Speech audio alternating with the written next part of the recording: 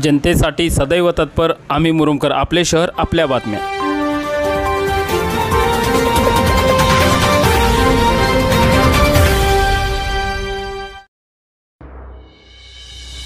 औसा विधानसभा मतदारसंघाचे विद्यमान आमदार अभिमन्यू पवार हे आज दिनांक 2 मार्च रोजी भाजप उद्योग आघाडीचे धाराशिव जिल्हाध्यक्ष श्रीकांत मिनियार यांच्या निवासस्थानी भेट देऊन स्थानिक भाजप पदाधिकारी व कार्यकर्त्यांची बैठक घेऊन त्यांना मार्गदर्शन केले।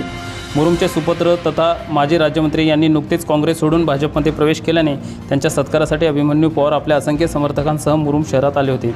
शहरात दाखल होण्यापूर्वी भाजप उद्योग आघाडीचे जिल्हाध्यक्ष श्रीकांत मिनियार यांच्या निवासस्थानी जुन्या भाजप कार्यकर्त्यांची बैठक घेतली।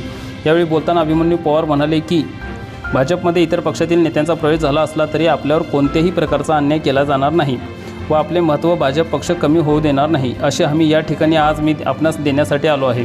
यापूर्वी आपण पक्ष वाढीसाठी ज्या ताकदीने व निष्ठेने कार्यरत होतात अगदी त्याप्रमाणे कार्यरत राहावे।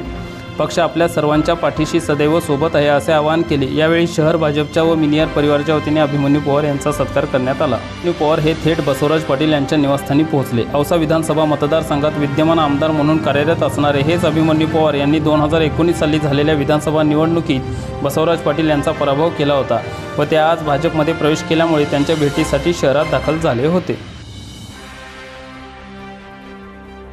इतर बातम्यांसाठी पाहत रहा आम्ही मुरुमकर यूट्यूब न्यूज चॅनल, आपले शहर आपल्या बातम्या।